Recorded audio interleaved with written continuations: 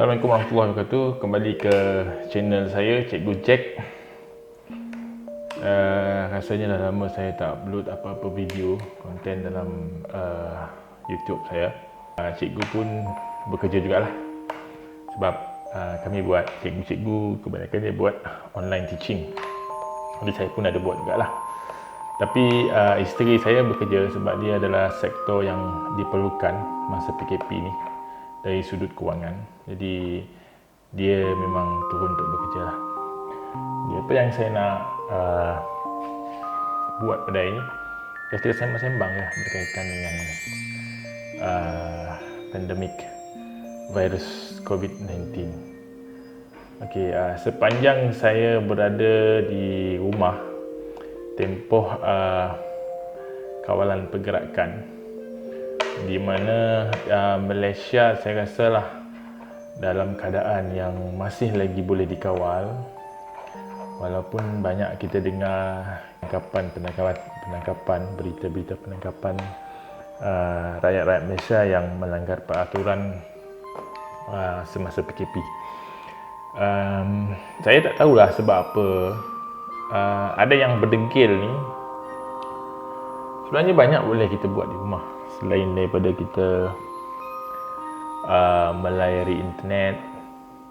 Kita boleh berkebun, aktiviti yang rasanya radius tidak terlalu jauh lah, maksudnya di kawasan rumah kita lah. Dan saya dapati juga petugas-petugas frontliner kita semua menjalankan tugas-tugas mereka dengan baik lah. Contohnya polis, ATM, Jabatan Kesihatan. Tak lupa juga dengan GrabFood. Aku pun selalu order GrabFood. Kadang-kadang ada GrabFood ya, macam Foodpanda, GrabFood. Ada juga yang COD yang buka bisnes kedai dan dia hantar makanan. Kita order, dia hantar makanan lah. Contohnya aku order dekat Cafe Abah Wan. Rasa teringin nak makan nasi biryani kambing, order. Okey. Jadi satu lagi cerita pasal penghantaran COD ni. Janganlah takut untuk bayar lebih lah. Tapi kalau terlalu lebih, terlalu mahal penghantaran tu, kita boleh persoalkan jugalah. Mungkin ikut jarak, tapi janganlah terlalu murah. Ataupun kadang-kadang ada yang cancel order, tak bagi tahu, dan yang hantar susah payah hantar, tiba-tiba tak jumpa rumah, cancel apalah. Jadi kalau boleh kita elakkan benda-benda itulah. Dan juga dari segi bantuan lah. Dan bantuan ini pun saya dapati ada juga komplain mengatakan bantuan tak sampai. Jadi di bahagian-bahagian daerah, kawasan-kawasan perkampungan, ada yang tak mendapat bantuan yang sepatutnya diterima. Jadi saya tak nak ulas lanjut sangat lah. Okey, berkaitan dengan bantuan ni. Sebab bantuan ni kadang-kadang kita tengok jugalah kapasiti pembahagi bantuan.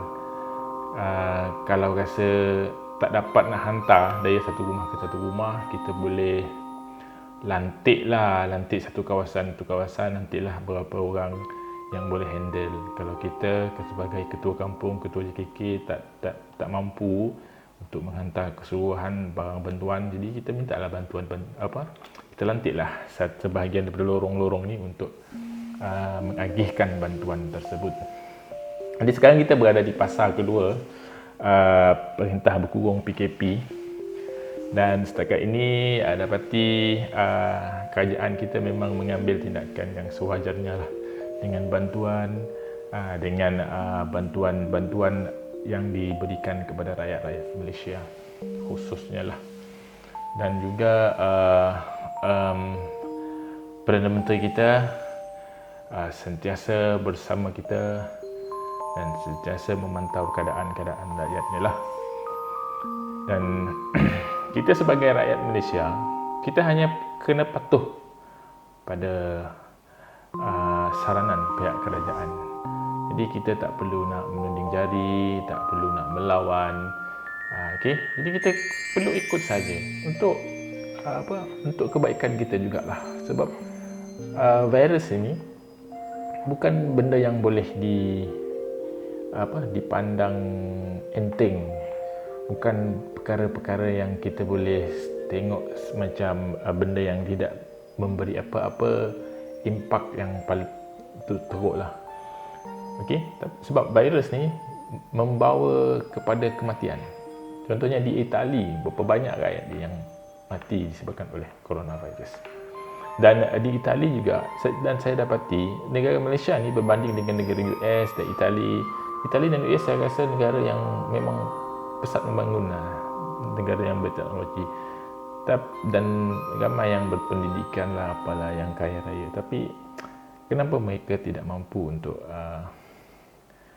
melawan penularan wabak coronavirus COVID-19? Ini disebabkan oleh, tak tahu. Cuma yang saya boleh beritahu di sini, di Malaysia kita memang patuh pada peraturan. Ada segelintir tapi tak kesemuanya lah. Tidak sampailah 90% yang ingkar arahan. Kebanyakannya memang patuh pada peraturan. Jadi kepada mereka yang dalam perintah PKP tu, bersyukurlah. Sekiranya ada bantuan, ambillah masa kita untuk untuk merancang perbelanjaan, dan jangan terus bila dengar duit masuk kita terus pergi bank. Jangan. Kalau nak pergi ke supermarket, ikut peraturan jarak, social distance. Okey, jadi itu saja daripada saya, Cikgu Jack. Jangan lupa subscribe channel saya, dan semoga kita bebas daripada virus COVID-19. Assalamualaikum warahmatullahi wabarakatuh.